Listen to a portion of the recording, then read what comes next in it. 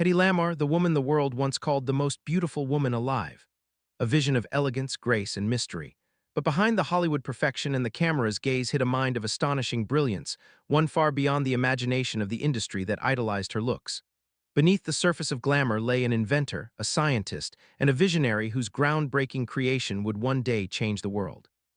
It was a secret weapon that helped win wars, yet brought her no glory, no riches, and no recognition, only betrayal, erasure, and silence that lasted for decades. Born Hedwig Kiesler in Vienna in 1914, she was the daughter of wealth and intellect, a curious young girl who adored solving problems in science and mathematics. But her brilliance would be overshadowed early by controversy. At just 18, she shocked Europe in the 1933 film Ecstasy, where she appeared nude, a scandal that made her infamous overnight. A year later, at 19, she entered a loveless marriage to Fritz Mandl, one of Austria's richest and most powerful men, an arms dealer whose clients included Nazi officials. Mandl's control over her life was absolute. He forbade her from working, monitored her every move, and locked her away in his estate. Yet from behind those gilded walls, Hedy listened. She absorbed every word as Mandl entertained military scientists and Nazi engineers, gaining a first-hand education in weapons and communication systems that would later fuel her own innovations. By 1937, she'd had enough. One night, disguised as a maid, she fled Austria, escaped Mandl's control, and made her way to London, where fate introduced her to MGM's Louis B. Mayer. Reinvented under a new name, Hedy Lamarr, she arrived in Hollywood as an exotic, luminous mystery. Audiences were captivated. Films like Samson and Delilah turned her into a legend. But the glamour that defined her publicly left her feeling empty. Acting was not enough. Behind closed doors, Lamarr returned to her first love, invention. Driven by her hatred of the Nazis and her fascination with science, she began tinkering in her home lab, sketching ideas and mechanical diagrams during her downtime. In 1940, she met avant-garde composer George Antheil, who was experimenting with synchronized piano rolls to coordinate music. Their conversations would soon spark something revolutionary.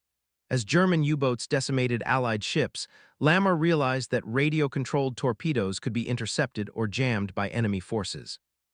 The solution she devised was brilliant, a secret communication system that would rapidly change radio frequencies, making it impossible for enemies to track or disrupt the signal.